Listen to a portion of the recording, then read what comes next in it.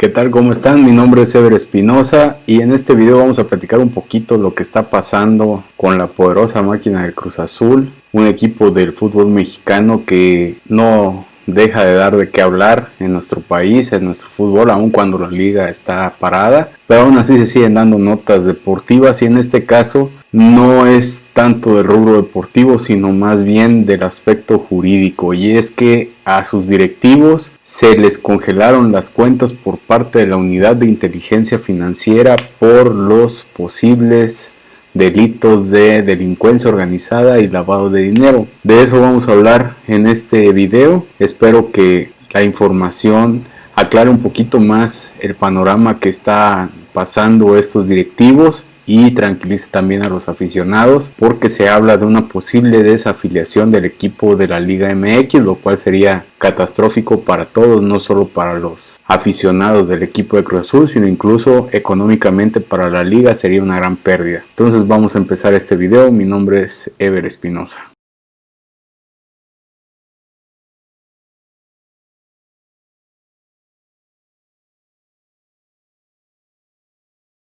En primer lugar, el jueves se dio a conocer por parte del noticiero de Denise Merker que la Unidad de Inteligencia Financiera había congelado las cuentas bancarias de Guillermo Álvarez, Alfredo Álvarez y Víctor Garcés, directivos del equipo de fútbol Cruz Azul, y esto empezó a generar muchos rumores, muchas versiones de lo que estaba pasando, pero el comunicado era claro: habían operaciones inusuales en las cuentas bancarias de estos directivos y por lo tanto se había tomado la determinación de bloquear las cuentas bancarias para proseguir con la investigación correspondiente. A partir de esta información, muchos periodistas deportivos empezaron a indagar un poquito en el reglamento de la Liga MX y dieron con un artículo que señala cuándo un equipo puede ser desafiliado, y desde ahí empezó todo este revuelo sobre esta noticia de el congelamiento de las cuentas bancarias. En primer lugar, hay que aclarar que las cuentas bancarias que fueron bloqueadas o que fueron congeladas son las personales de estos directivos, no la del equipo. Por lo tanto, jugadores, trabajadores, cuerpo técnico, todos los que sean empleados del equipo de fútbol no van a tener ningún problema con sus pagos, porque las cuentas del equipo no han sido congeladas o bloqueadas, solamente las cuentas particulares de estos directivos. Y dentro del comunicado que rindió la Unidad de Inteligencia Financiera, señaló que hubieron diversos aspectos que dieron pie a esta investigación y a este congelamiento de cuentas. Entre ellos, de Guillermo Álvarez, que es el presidente del equipo, se encontró que había hecho transferencias a España y Estados Unidos, entre otros países, por una cantidad que superaba los 1.200 millones de pesos, así como que había comprado 6 inmuebles en Miami, Florida, 2 en Las Vegas, 2 en Oklahoma y 1 en Colorado. Y pues esta compra de inmuebles y estas transferencias a otros países, la UIF lo detecta como una situación inusual en la cuenta de esta persona y por lo tanto se determina congelar o bloquear la cuenta personal de este directivo. En cuanto a Alfredo Álvarez y Víctor Garcés, hermano y cuñado de Guillermo Álvarez, se congelaron sus cuentas por la razón de que ellos habían tenido operaciones millonarias que no cuadraban con los ingresos que perciben dentro de la cooperativa. Hay que recordar que Cruz Azul es una cooperativa, una sociedad cooperativa, y de ahí estos directivos es que mantienen un sueldo. Entonces, al ver que sus operaciones no cuadraban con sus ingresos, que eran mayores estas operaciones a lo que ellos ganaban dentro de la cooperativa, también levantó las sospechas para que se les congelaran las cuentas. Toda esta situación surge por una denuncia que hace la facción que está en contra de los Álvarez en el equipo de Cruz Azul o dentro de la cooperativa de Cruz Azul. Entregaron información a las autoridades y con esa información empezaron la investigación, y hasta el día de hoy todavía no se ha rendido más información por parte de la autoridad ni por parte de los directivos, lo cual lo único que genera es una incertidumbre en cuanto a qué va a pasar con el equipo. De acuerdo a la versión de varios medios, para el día lunes 1 de junio la Comisión Nacional Bancaria de Valores estaría descongelando o desbloqueando las cuentas de estos directivos del fútbol. Y pues si eso sucede, veremos cuáles son las reacciones tanto de la autoridad como de los directivos o del equipo para aclarar un poco más el panorama de lo que está pasando. Se les está acusando del presunto lavado de dinero, pero recordemos que esta denominación de lavado de dinero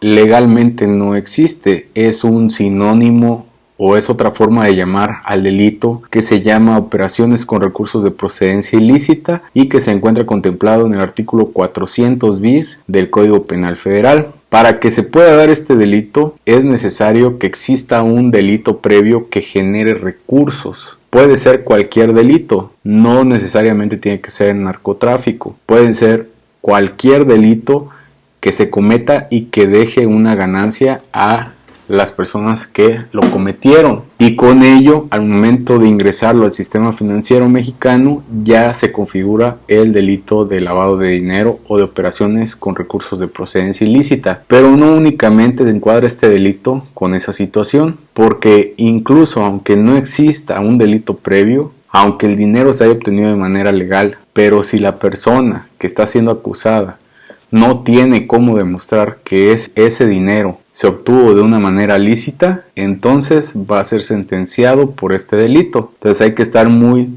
pendientes de esta situación, porque no solamente debe existir un delito previo para que se dé este delito, sino únicamente que no puedas comprobar que el dinero lo obtuviste de forma legal. Y al hablar de delincuencia organizada, pues todo el mundo piensa que está vinculado con el narcotráfico, con el tráfico de armas, trata de personas, pero no necesariamente. El artículo 2 de la Ley Federal contra la Delincuencia Organizada, en primer lugar, señala qué es la delincuencia organizada. Y la delincuencia organizada es cuando 3 personas o más se organizan para realizar actos delictivos. Entre estos actos delictivos encontramos lo que es terrorismo, tráfico de armas, trata de personas, corrupción de menores, defraudación fiscal, venta de facturas, que fueron los nuevos delitos que se incorporaron a este artículo de delincuencia organizada en este año 2020, entre otros delitos más que se incluyen en ese artículo 2. Si cometen cualquiera de esos delitos, entonces se considerará como delincuencia organizada, que es un delito grave y que amerita prisión preventiva oficiosa. Lo del congelamiento de cuentas o bloqueo de cuentas bancarias es una medida que utiliza la Unidad de Inteligencia Financiera para combatir el lavado de dinero. Sin embargo, el hecho de que lo realicen no quiere decir que sea a todas luces legal. ¿Por qué motivo? Porque si bien hay una presunción de que los que sufren esta medida es porque están cometiendo algún delito que lo merita, recordemos que nuestro país se rige por el principio de presunción de inocencia. ¿Y esto qué quiere decir? Que nadie debe ser considerado o tratado como culpable de la comisión de un delito hasta que sea condenado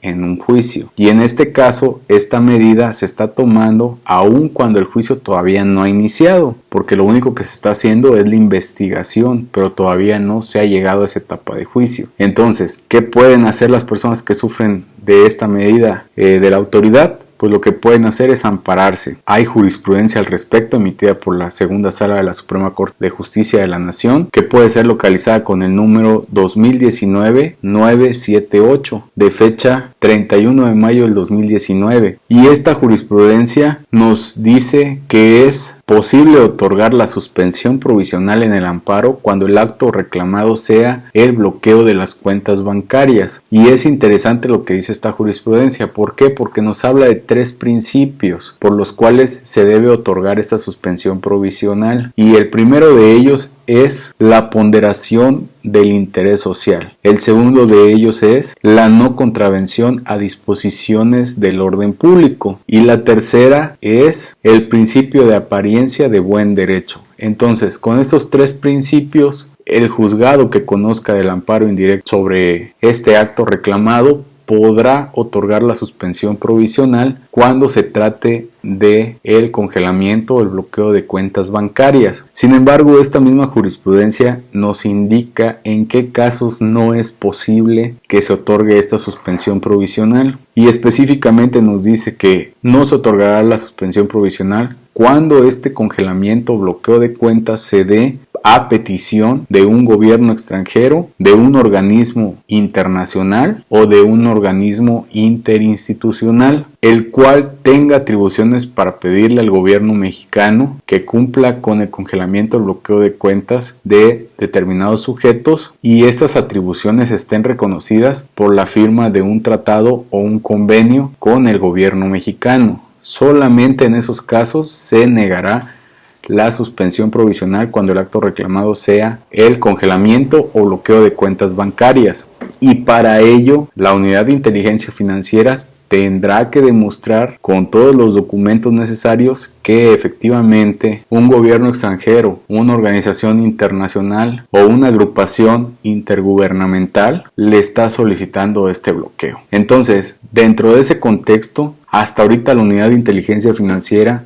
no ha mencionado nada de que un gobierno extranjero o un organismo internacional o una agrupación intergubernamental le esté solicitando el congelamiento de las cuentas bancarias de los directivos del Cruz Azul. Si esto es así, entonces sería procedente otorgarle la suspensión provisional para que se descongelen o desbloqueen las cuentas bancarias de estos directivos. Y ya para terminar este video, el artículo 66 inciso D del reglamento de la Federación Mexicana de Fútbol, específicamente de la Liga MX, habla sobre en qué casos procederá la desafiliación de un equipo de fútbol, y este inciso indica que cuando los directivos cometan un delito o actos que dañen a la liga o a los equipos, se someterá a la decisión del comité ejecutivo para su desafiliación. Y esa última parte es lo que, pues, a grandes rasgos nos daría a entender que Cruz Azul no va a ser desafiliado. ¿Por qué? Porque dice que va a quedar a criterio o a juicio de ese comité ejecutivo de la Liga MX. Se trata de algo subjetivo. ¿Hay intereses de por medio? Claro que los hay, sobre todo económicos. Saben lo que perderían económicamente si desafilian a un equipo como Cruz Azul.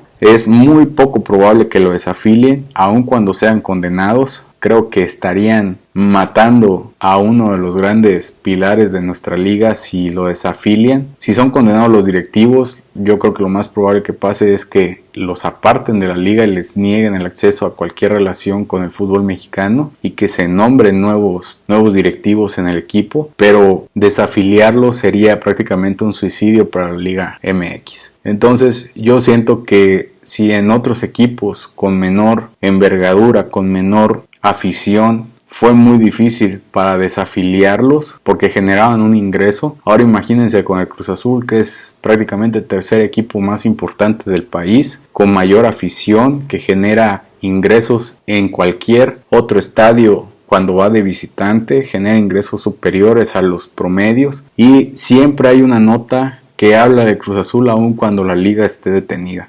Entonces sí sería prácticamente un suicidio para la liga. Yo creo que tomarían algunas otras alternativas en caso de que se condene a estos directivos, pero la desafiliación lo dudo mucho. Entonces hasta aquí dejaríamos este video. Espero que les guste la información, que lo compartan, sobre todo para los aficionados del Cruz Azul, para que estemos un poco más tranquilos de lo que va a pasar con el equipo. Y les recuerdo que me sigan en Facebook, en la página que aparece como Ever Espinosa, en Instagram como Ever Espinosa Chanona y en Twitter como @Ever_SCH. Suscríbanse al canal, seguiremos subiendo más videos con información jurídica. Les recuerdo, mi nombre es Ever Espinosa, nos vemos en el siguiente video. Hasta luego.